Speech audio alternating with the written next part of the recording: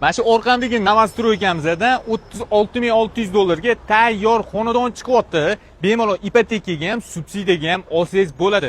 Videoni oxirigacha ko'ring, hamma ma'lumotni aytaman. Xo'p, mana uyimizga kirib keldik. Shunaqa koridor bilan boshlanadi. Birinchi xonamizni mana ko'ryapsiz. Bu xonamizdan siz bemalol balkonga o'tib ketsangiz bo'ladi. Uyimizda radiator hamda topli pol asosida isitiladi. Bu yoqda umumiy yuvinish xonamizda joylashgan va bu tomonimizda bo'lsa bitta hojatxonalari alohida qilib ketilgan. Va bizda oxirgi xonamizni oshxona bo'lyapti. Xo'p, xonadonimizning hujjatlarida umuman muammo yo'q. Uyimizda 36,6 kvadrat, ipotekaga $14,000 to'lab, subsidiyaga $11,500 boshlang'ich to'lovini to'lab turib, bemalol xarid qilsangiz bo'ladi. Bir xonadan 3 xonagacha xonadonlarimiz bor. Yana to'liq ma'lumotni shu raqamga telefon qilib bemalol olsangiz bo'ladi. Lokatsiyasi qarang. Shundan so'ng Bitonkamizdan u yog'i Yangi Hayot, bu yoq tomonimizda Zangiota tumani. Xo'p, Chinor metro bekati yarmarkagacha 1 kilometr masofada joylashgan.